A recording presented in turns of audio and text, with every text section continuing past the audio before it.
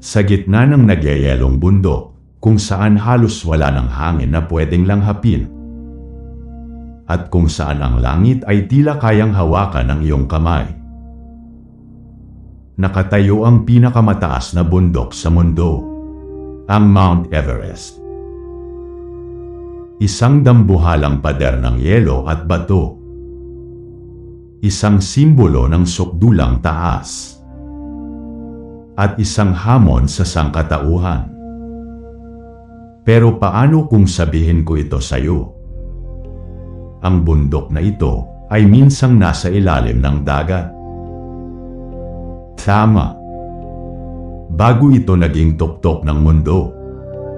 Bago ito pinangarap na akyatin ng mga mountaineer. At bago ito kinilalang pinakamataas na bundok ng daigdig, ito ay bahagi lamang ng sahig ng isang sinaunang karagatan. At ngayon, tutuklasin natin ang isang kwentong mas malalim pa sa karagatan, mas mahaba pa sa kasaysayan ng tao, at mas makapangyarihan pa sa kahit anong alamat. Ito ang kwento ng Mount Everest. At kung paano ito umangat mula sa kailaliman ng dagat patungo sa langit. Sa bawat kwento, may saysay. Mula sa mga aral ng nakaraan, sa mga kaganapan ng kasalukuyan, hanggang sa mga pangarap para sa hinaharap, lahat ng ito ay may kahulugan. Sama-sama nating tuklasin ang mga lihim ng kasaysayan, unawain ang mundo ngayon, at silipin ang hinaharap na maaaring magbago sa ating buhay. Halina't sumama sa isang paglalakbay ng pagkatuto at pagtuklas dito sa Saysay.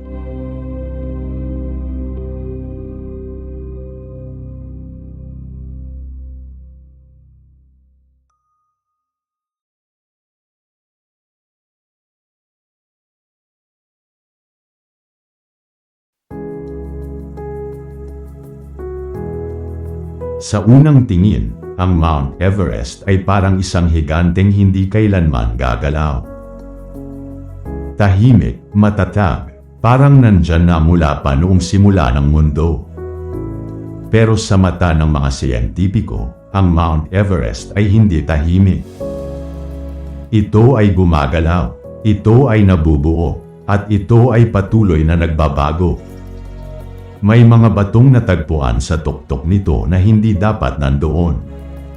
Mga bakas ng buhay dagat at mga fossil ng nilalang na minsang lumangoy sa karagatan. Paano nga ba napunta ang mga ito sa tuktok ng pinakamataas na bundok sa ating daigdig? Para maintindihan ang Mount Everest, kailangan muna nating bumalik milyon-milyong taon sa nakaraan. Noon, ang mundo ay ibang-iba. Ang India noon ay hindi pa bahagi ng Asia. Isa itong hiwalay na kontinente na dahan-daang gumagalaw pahilaga. Sa kabilang banda naman, naroon ang Eurasian Plate. Isang napakalaking masa ng lupa. At nang dumating ang sandali ng kanilang pagbabanggaan, nagbago ang mundo magpakailanman.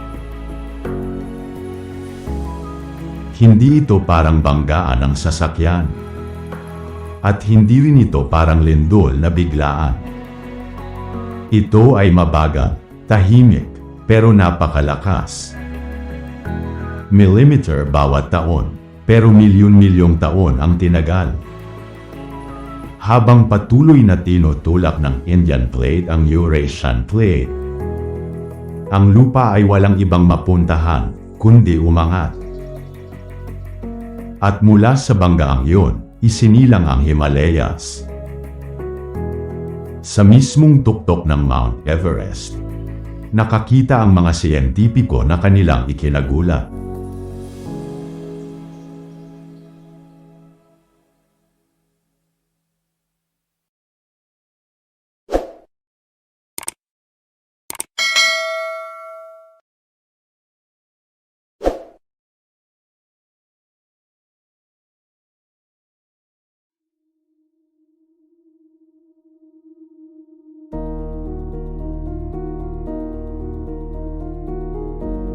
Natuklasan ng mga siyentipiko sa tuktok ang mga limestone, marine sediments, fossil ng trilobites at mga shell ng sinaunang nilalang sa dagat.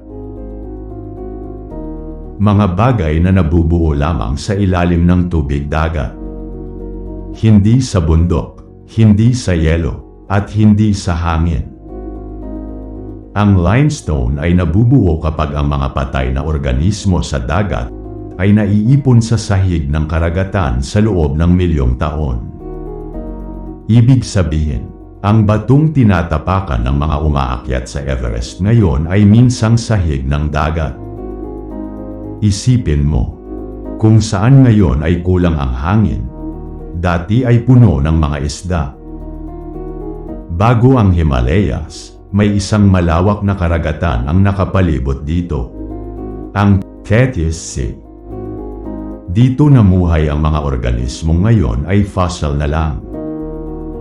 At nang magsimulang magsara ang karagatang ito dahil sa banggaan ng mga kontinente, ang sahig ng dagat ay naipit, natiklop at umangat. Hanggang ngayon, hindi pa din ito natatapos. Ayon sa mga pag-aaral, ang Mount Everest ay patuloy pang tumataas. Humigit kumulang 5 mm bawat taon. Tahimik, hindi mo mararamdaman, pero patuloy sa pag-angat. Sa kabuuang kasaysayan, umiiral ang Tethys Sea, 250 milyong taon na ang nakakalipas. Gumagalaw pa hilaga ang India, 120 milyong taon na ang nakakalipas. 50 milyong taon, nagsimula ang banggaan, at ngayon, patuloy ang pag-angat. Isang kwentong mas matanda pa kaysa sa sangkatauhan mismo. Sa pamamagitan ng rock analysis, fossil identification, at plate tectonics models, napatunayan ng agham na totoo, ang Mount Everest ay dating nasa ilalim ng dagat. Hindi lang isang alamat, hindi haka-haka, kundi siyensya. Ang Mount Everest ay nagpapaalala na walang permanente sa mundo. Ang pinakamataas ngayon ay maaaring pinakamalalim noon. At ang mundo ay patuloy na gumagalaw kahit hindi natin napapansin. Isang bundok na minsang lumangoy sa dagat.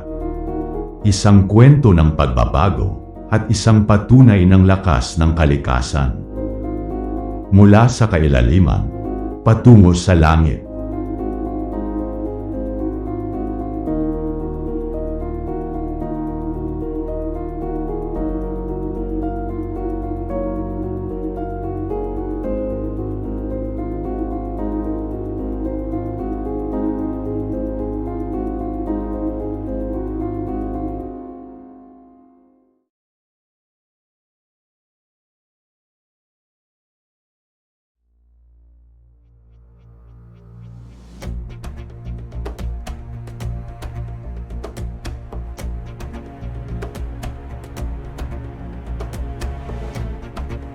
Nagustuhan niyo ba ang kwento natin ngayon?